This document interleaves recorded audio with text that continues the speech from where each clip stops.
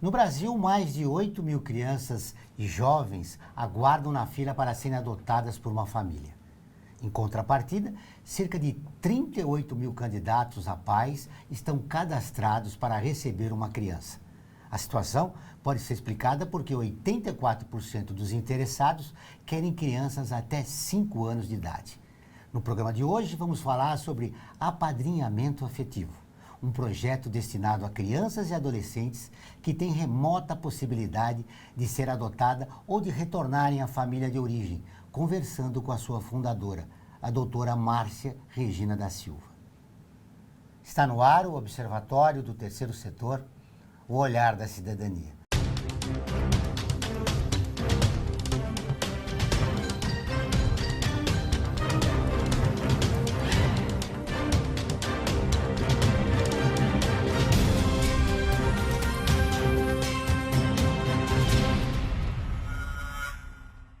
Márcia Regina da Silva é doutora em Psicologia Clínica pela PUC de São Paulo e fundadora e diretora do Instituto Adoptare. Tudo bem, Márcia? Seja bem-vinda ao Observatório. Você, como surgiu essa ideia do apadrinhamento afetivo? O apadrinhamento afetivo, ele surgiu da experiência da universidade onde eu leciono, que nós temos parceria com a Vara da Infância e Juventude, né? Essa primeira experiência na universidade foi com a Vara da Infância da Penha, na Zona Leste de São Paulo, quando o Dr. Paulo Fadigas e a sua equipe, né, nos convidou para desenvolver esse trabalho. Nós já desenvolvemos na universidade um projeto de adoção há mais de 10 anos, né? Então, em função já dessa parceria lá de longo tempo, começamos o apadrinhamento. O apadrinhamento afetivo, ele surge em função do número elevado de meninos e meninas que vivem nos abrigos, né? E estão uma longa permanência nas instituições de acolhimento, sem perspectivas de retornarem para sua família de origem ou irem para a adoção. Então, essas crianças, esses adolescentes, sendo a maioria adolescente, quando eles recebem um padrinho, quando eles estão nesse programa do apadrinhamento, eles têm a oportunidade de ter um vínculo significativo com alguém, né? Estabelecer um vínculo e ter uma pessoa de referência, uma pessoa que possa orientar na escola, uma pessoa que possa conversar. Ele é o guardião dos afetos desses Como meninos. funciona esse projeto? Ele prevê o encontro das pessoas candidatas a serem padrinhas afetivas? Isso. A Vara da Infância, ela abre uma inscrição, as pessoas sabem, a partir da divulgação que é feita no serviço, que é feita, né, no serviço, e essas pessoas se inscrevem e são chamadas, né? Então, já é uma orientação legal para que as pessoas que desenvolvam o programa de apadrinhamento afetivo, que elas façam isso de uma forma interprofissional, né? Que tenha uma equipe que possa avaliar, acompanhar essas pessoas. Por isso, é diferente do apadrinhamento, né, da cultura institucional, né, das pessoas que às vezes levam uma sacolinha de presentes, né. Então, o apadrinhamento afetivo é um tema muito permeado também pelo assistencialismo, né, por uma visão da pessoa que vai muitas vezes uma vez só e vê esse menino não volta mais, né. O que a gente identificou, o quanto que isso prejudica, porque esse adolescente ou essa criança, eles não desenvolvem essa condição de vínculo significativo. Muitas vezes parece que, às vezes até não diferenciam, né, do que é uma amizade, do que é um vínculo de afeto mais duradouro. Você falou do apadrinhamento infantil e das pessoas e o cuidado que vocês tomam. Qual é o perfil da pessoa que quer ser um padrinho afetivo? Isso. Ele precisa ter interesse, né, de ser um padrinho, entender a diferença do apadrinhamento e da adoção, que ele vai ser uma referência, ele precisa ser uma pessoa honesta, né, uma pessoa idônea, ter mais de 25 anos, e ele precisa passar, então, por uma avaliação. Ou pode ser solteiro? Pode ser um casal, pode ser uma pessoa solteira. A orientação é que eles apadrinhem uma criança, né, para que essa criança seja uma criança que tenha uma referência para ela, né? Porque essas crianças e adolescentes, eles vivem já num abrigamento coletivo, né? E a questão que envolve o abrigamento coletivo é o desamparo, né? Tem uma série de delicadezas aí que envolvem essa questão. E quando o padrinho ele se torna uma referência para esse menino, essa menina, para que ele seja uma referência, ele vai precisar passar então por essa inscrição no judiciário, depois ele vai passar por uma entrevista com esse parceiro que o judiciário estabeleceu, no caso o Adoptare. Nessa entrevista, após essa entrevista, ele vai participar de um grupo de preparação para padrinhos, né? E paralelo a essa avaliação e preparação, outro profissional do Instituto Adoptare estará numa instituição de acolhimento, que são das instituições que são vinculadas àquela vara da infância parceira, né? Para preparar também as crianças e a equipe do abrigo. E qual é o perfil psicológico dessas crianças que não foram adotadas? Então, o perfil são maioria pré-adolescente, adolescente, que estão já há muito tempo na instituição, né? A maioria, eles querem ser adotados, e na verdade também é uma condição, né? Esses meninos também são consultados, né? Assim, a maioria, eles querem um padrinho, uma madrinha. Nessa preparação desses meninos, a gente também trabalha essa diferenciação, né? Do que é um padrinho, do que é um pai adotivo. Eles expressam os seus desejos, as suas preocupações, os seus sonhos, né? Nessa preparação, que é realizada, então, por um psicólogo, né? Ou uma dupla de psicólogos, na instituição de acolhimento. E, ao mesmo tempo, uma outra dupla, um psicólogo, está também conversando, tratando dessa questão com os padrinhos. Então, antes deles se conhecerem, eles são preparados, eles ainda não se aproximam. Os dois personagens. Isso. Porque a expectativa da criança e do adolescente é ser adotada. Aí ele recebe um padrinho. Deve ter por isso que administrar um pouco da frustração, né? Isso, por isso que precisa dessa preparação, né? As crianças e os adolescentes que estão no serviço de acolhimento, eles vão para a escola, eles têm amigos, né? A maioria deles tem irmãos, né? O apadrinhamento afetivo é para meninos e meninas que estão por um longo período na instituição de acolhimento, sem perspectivas de retornarem para sua família de origem ou irem para adoção, e também para crianças que estão em famílias acolhedoras, que é uma outra modalidade de acolhimento, né? Então, após essa preparação, que dura em média aí uns 3 meses, né, até 4 meses, nós promovemos um primeiro encontro, né, desses meninos e meninas com os padrinhos. Antes também do primeiro encontro, que a gente procura fazer isso de uma forma gradativa, esses meninos se apresentam ou por vídeo, por desenhos, os padrinhos também enviam alguma coisa de informação da vida deles, quem são eles, né? Até chegar o dia que a gente chama de um pareamento, que é o encontro para que eles se conheçam, né? Os profissionais que acompanham na instituição de acolhimento, quando é feito o pareamento, eles promovem um café, uma brincadeira. Uma né? interação entre eles. Uma interação, um ambiente bem acolhedor, né? Para que eles se conheçam e se escolham. Os resultados têm sido os esperados? Sim, então, é um trabalho extremamente importante, né? Ele precisa ser desenvolvido em todas as instituições, isso já está, né, nos marcos regulatórios, né? Porque esses meninos, eles encontram de fato no apadrinhamento uma referência, porque quando a pessoa é preparada, quando ela tem essa oportunidade de conversar e de entender, né, o significado disso, na verdade o próprio processo de preparação ele já faz um filtro, né? Não é uma solução definitiva, mas resolve paliativamente a situação do garoto que não tem nenhum acolhimento psicológico. Todas as terças e quintas-feiras, ao vivo, às 14 horas, tem programa de rádio, Observatório do Terceiro Setor, onde recebemos especialistas que, junto com os ouvintes, debatem os principais temas da atualidade e do terceiro setor. Você pode ouvir pela Rádio Trianon AM 740 ou em qualquer lugar do mundo, pela internet, do seu celular, computador ou tablet, pelo link que aparece na sua tela. Nós voltamos dentro de instantes.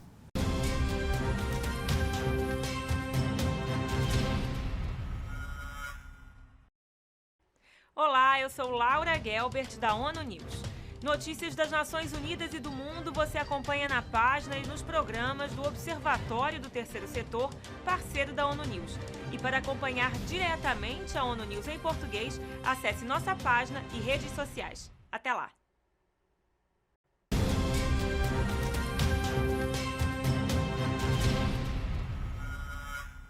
Voltamos com o Observatório do Terceiro Setor, o Olhar da Cidadania.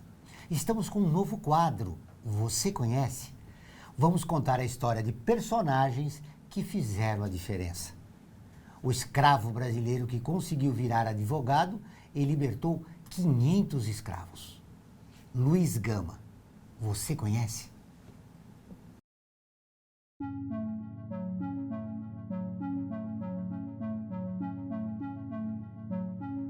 Luiz Gonzaga Pinto Gama, mais conhecido como Luiz Gama, nasceu em 21 de junho de 1830, na cidade de Salvador, Bahia.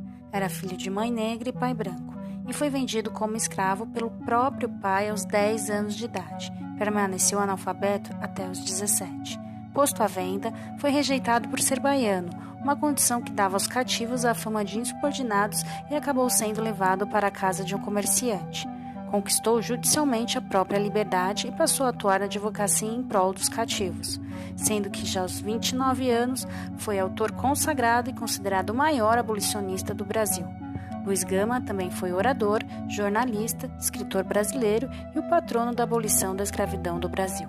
Foi um dos raros intelectuais negros no Brasil escravocrata do século XIX, o único a ter passado pela experiência do cativeiro. Pautou sua vida na defesa da liberdade e da República. Luiz Gama começou a carreira jornalística na capital paulista, junto com o caricaturista Ângelo Agostini. Ambos fundaram em 1864 o primeiro jornal ilustrado humorístico da cidade, intitulado Diabo Coxo. Gama ficou conhecido como advogado dos pobres e libertador dos negros. Em uma carta autobiográfica a Lúcio de Mendonça, Gama estimou que já havia libertado do cativeiro mais de 500 escravos. Durante um júri, Gama proferiu uma frase que se tornou célebre: "O escravo que mata o senhor, seja em que circunstância for, mata sempre em legítima defesa." Isto provocou tal reação dos presentes que, com a confusão, o juiz se viu obrigado a suspender a sessão. Embora atuasse principalmente na defesa dos negros acusados de crimes ou para buscar-lhes alforria judicialmente, não se negava a atender os pobres de qualquer raça, havendo casos que defendeu imigrantes europeus lesados por brasileiros. Luiz Gama faleceu em 1882, 6 anos antes da sanção da Lei Áurea. Em janeiro de 2018, seu nome entrou para o Livro dos Heróis da Pátria pela Lei 13.628. Luiz Gama superou todas as dificuldades e marcou a sua vida na história do país contra a escravidão. É uma situação que, trazendo para o contexto atual, você também enfrenta, né? Com várias crianças negras. Sim. A maioria das crianças que estão no serviço de acolhimento são crianças negras, pardas, né? Existem no Brasil 47 mil crianças vivendo num abrigo, né? São Paulo é o estado que mais tem crianças acolhidas. São Paulo tem em média de 13 mil crianças acolhidas. Então, dessas 47 mil crianças e adolescentes que estão no serviço de acolhimento, apenas 8 mil estão para adoção, né? É claro que existe todo um trabalho de tentativa de reinserção dessas crianças à sua família de origem, que legalmente, né, é prioridade. Não tendo condições, essas crianças são encaminhadas para adoção, né? E são diversos os motivos também. Do ponto de vista cultural, ainda permanece alguns traços da escravidão no nosso país. Sim. Então, são diversos os motivos que mantêm ainda essas crianças nesses serviços, né? Uma que são um número grande de crianças que têm irmãos, né? Crianças que estão fora do perfil, né, das pessoas que desejam adotar. Na maioria das pessoas que querem adotar, tem uma preferência por bebês, né, por crianças brancas, meninas, né? Então, nós temos ainda esse perfil, embora a gente percebe do tempo que eu trabalho, né, já há uns 20 anos com adoção, eu observo mudanças nesse perfil com o trabalho das instituições, com os grupos de apoio. Quais foram as principais mudanças? Há agora no Brasil um número maior de pessoas adotando, né, crianças maiores e grupos de irmãos. Porém, a gente tem observado a devolução de crianças também aumentando, né? Por isso, o Instituto Adoptare também surgiu, sabe? Em função dessa realidade, né? Então, a gente trabalha com o apadrinhamento afetivo e trabalha também com as pessoas para uma conscientização, né, dessa realidade, para evitar essas devoluções também nos processos de adoção. É um trabalho de acompanhamento psicológico clínico, um trabalho de acompanhamento das pessoas antes de adotar, depois de adotar, né? Do apadrinhamento também, porque se a criança o adolescente ele for apadrinhado e o apadrinho desiste, né, se é um outro rompimento. Então, o apadrinhamento afetivo, ele é eficaz quando também há um trabalho de conscientização, né? Quem são essas crianças que vão para o apadrinhamento? Então, adolescentes. Você disse que aumentou o número de crianças que estão sendo devolvidas. Por que elas foram devolvidas? O que acontece? Os critérios não são rígidos para a adoção no nosso país, por exemplo? Existem critérios, né? Porém, as pessoas precisam de preparação e as crianças também precisam de preparação, né? Para uma criança e para uma adoção, ela precisa passar por um rompimento, por um processo de luto e de rompimento com os seus vínculos anteriores, né? Com a sua realidade anterior. Não é uma situação tranquila, né? É bem difícil. A criança está no serviço de acolhimento e lá tem uma equipe e a equipe do judiciário também que prepara. Lá no Instituto a gente faz esse trabalho junto com o judiciário e o abrigo, né? Porém, quando a criança vai para adoção, o adolescente, com os grupos de irmãos, muitas vezes há uma dificuldade de lidar com esse período de adaptação, né? A construção do vínculo parental, ela ocorre gradativamente, né? Depois da adoção, não há um acompanhamento psicológico da família? Então, o judiciário ele tem um papel de avaliar e de acompanhar, mas não de fazer uma psicoterapia, né? Ou de acompanhar. Isso que era necessária. Isso. Então, seria encaminhado para a rede de assistência. Porém, a nossa rede de assistência ela é muito falha, né? Nós não temos ainda serviços assim que sejam referência. Muito bem. Como fica o psicológico dessa criança que foi devolvida? Sim, nossa. A criança, depois ela pode ter muito mais dificuldade de estabelecer novos vínculos, né? Há um prejuízo na autoestima, na confiança. Então, é necessário um atendimento psicológico. Quando eu fiz o meu doutorado na PUC, eu conto casos no livro, né, que eu publiquei a partir do doutorado, que é a adoção na clínica psicanalítica, porque eu sou psicanalista, né? Eu conto 2 casos, né, sendo que um deles é de um menino que foi adotado com os irmãos e um dos irmãos ele foi devolvido.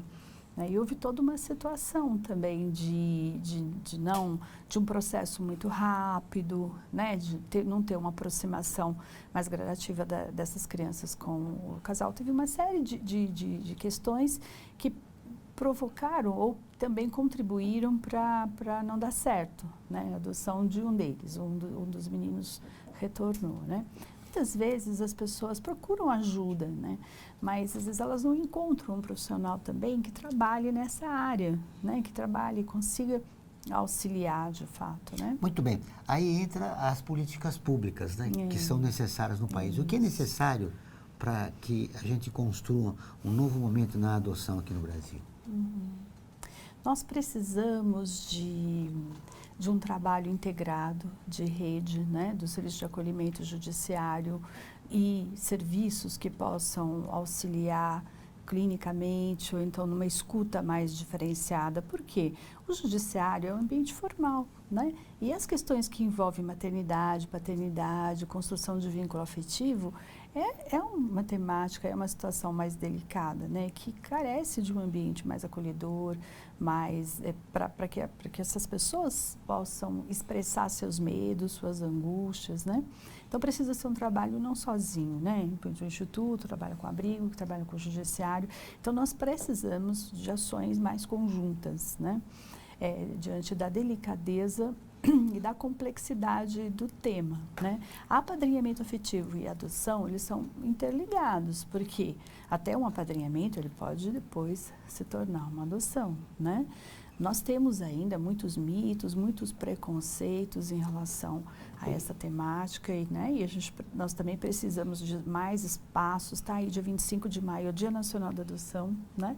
Teremos dia 20 uma manifestação na Paulista, né? Que é uma passeata em prol da adoção.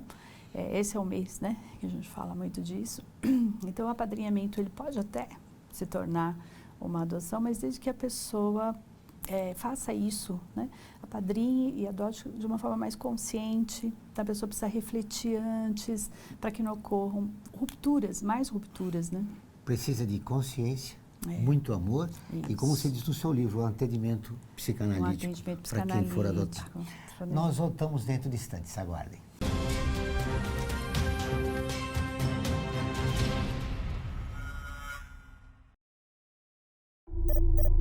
Internacionalizar a economia afeta o seu emprego?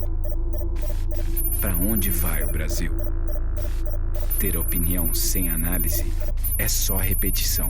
Repetição, repetição, repetição, repetição, repetição, repetição, repetição, repetição. Informação é importante. Análise é fundamental. Le Monde Diplomatique Brasil. Independente e crítico.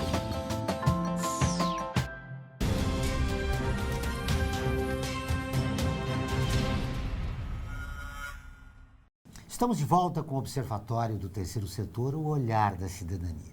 Não esqueça, todas as quartas-feiras, às 17 horas, tem o programa Olhar da Cidadania na Rádio USP, com temas da atualidade e dos direitos humanos. Anote, todas as quartas-feiras, às 17 horas, na Rádio USP, em São Paulo, 93,7, em Ribeirão Preto, 107,9 FM. Muito bem. Ô, Márcio, eu queria continuar falando do seu livro aqui.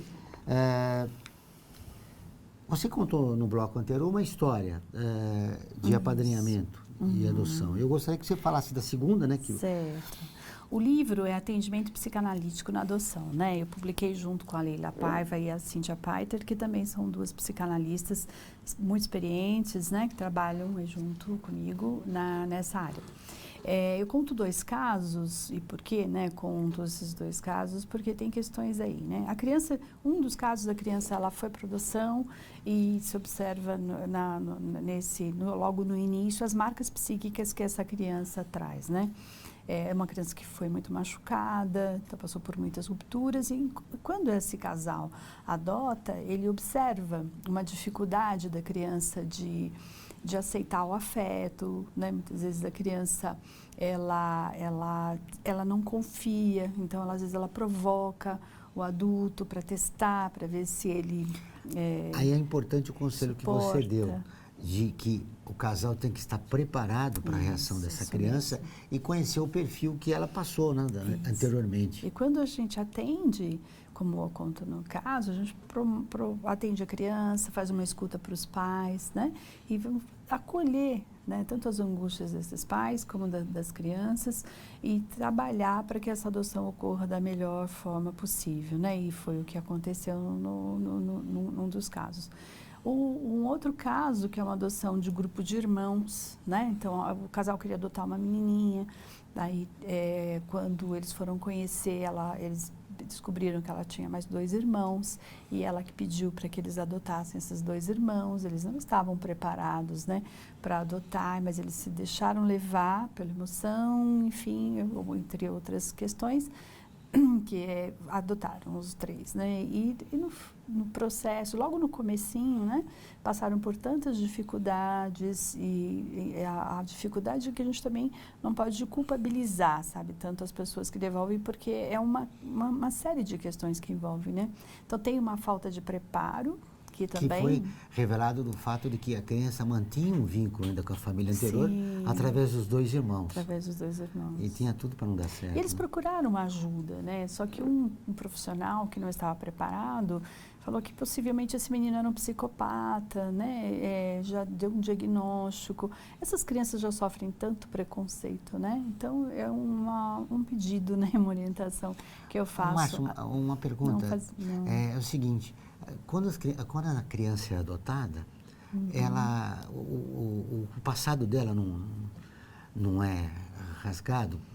Ela começa uma nova vida ou os pais levam aquilo? Olha, ela veio de casais que tiveram problemas com drogas, com a criminalidade, enfim. Quando a criança vai para adoção, o casal ele recebe todas as informações da história da criança, né? E a história é dela e deve ser respeitada, né? Não se rasga a história, assim como a nossa história também não pode ser rasgada, né? A criança ela leva essa história e ela começa uma nova história, né? Esses pais, muitas vezes, serão, então, os narradores dessa história para a criança, porque ela não vai voltar mais lá a encontrar a sua família de origem, né? Ou pelo menos no processo. O passado da criança não influi no relacionamento dos pais com ela? O passado, ele está presente internamente, faz parte do psiquismo. Muitas vezes a criança não lembra, né? Ela pergunta e as pessoas, aos poucos, de acordo com a idade, do que é possível, os pais podem informar. A revelação é essencial. A criança precisa saber que ela é adotada, né? Então, ela precisa, então, desse contato verdadeiro com esses pais, né? E essa história, ela vai ser ressignificada, né?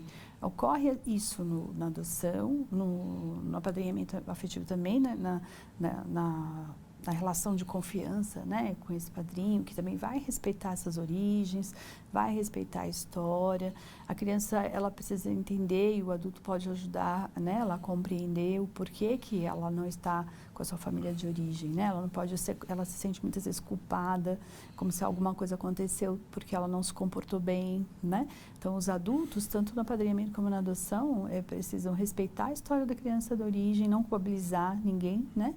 É consequência da vida, né? As pessoas, muitas vezes as pessoas adultas os pais não conseguem cuidar de seus filhos, mas outras pessoas conseguem cuidar, né? É verdade. E são boas referências. Ô Márcia, nós não vamos conseguir esgotar um assunto muito importante, esse da adoção. Você conta com o Observatório, com o nosso programa, para você voltar outras vezes, inclusive com as nossas redes sociais, para a gente tocar nesse assunto que é importante esclarecer a população.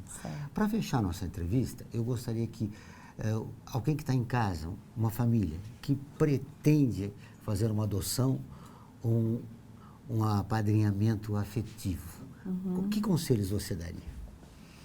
Então, primeiro que essa pessoa, o que você, né, pense com você mesma, né, ou converse com a sua família, porque a família participa disso, né,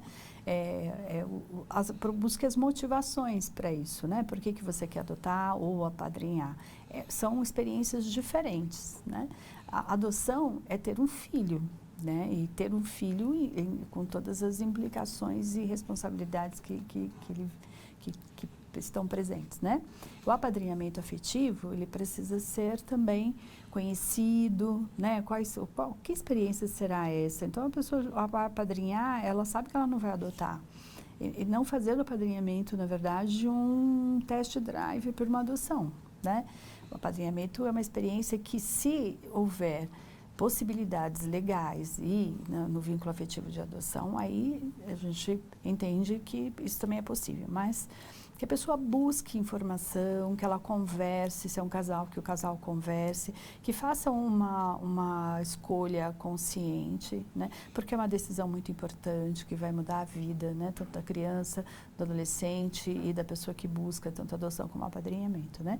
E que busque ajuda, grupos de apoio, que nós já temos, né? Vários grupos de apoio, nós temos a ANGAD, que é uma associação dos grupos de apoio, que tem várias indicações de grupos, né, na internet, no site da ANGAD, e o Adoptare, que é a organização social que eu sou presidente, nós também realizamos grupos de apoio, né, tanto do apadrinhamento como da adoção, antes que a criança chegue. Vamos nos preparar, vamos pensar, né, vamos refletir, conversar, que a experiência tende a ser muito gratificadora, de grande crescimento, como nós escutamos das crianças e dos padrinhos, né? Eu tenho várias histórias belíssimas para contar, né? De apadrinhamentos de crianças que tinham muitas dificuldades, adolescentes que tinham muitas dificuldades depois do apadrinhamento, e mesmo histórias de adoção. Como disse a você, você virá outras vezes aqui para contar essas histórias, inclusive para... tenho várias perguntas a você, por exemplo, casais homo e casais normais, homem e mulher, ou mulher e mulher, ou homem e homem, como são melhores hoje, porque com essa mudança de costume, como é que ficou essa questão da adoção? Tá. Mas a gente só volta aqui para a gente conversar sobre isso. Certo. Muito obrigado pela entrevista. O programa do Observatório do Terceiro Setor dessa semana fica por aqui. Mas para continuar nos acompanhando, acesse o nosso portal observatorioterceirsetor.org.br. Lembrando que o Observatório é acessado em 173 países e atinge quase 2 milhões de pessoas todo mês. Voltaremos na próxima semana com o Observatório do Terceiro Setor, o olhar da cidadania. Até o próximo programa.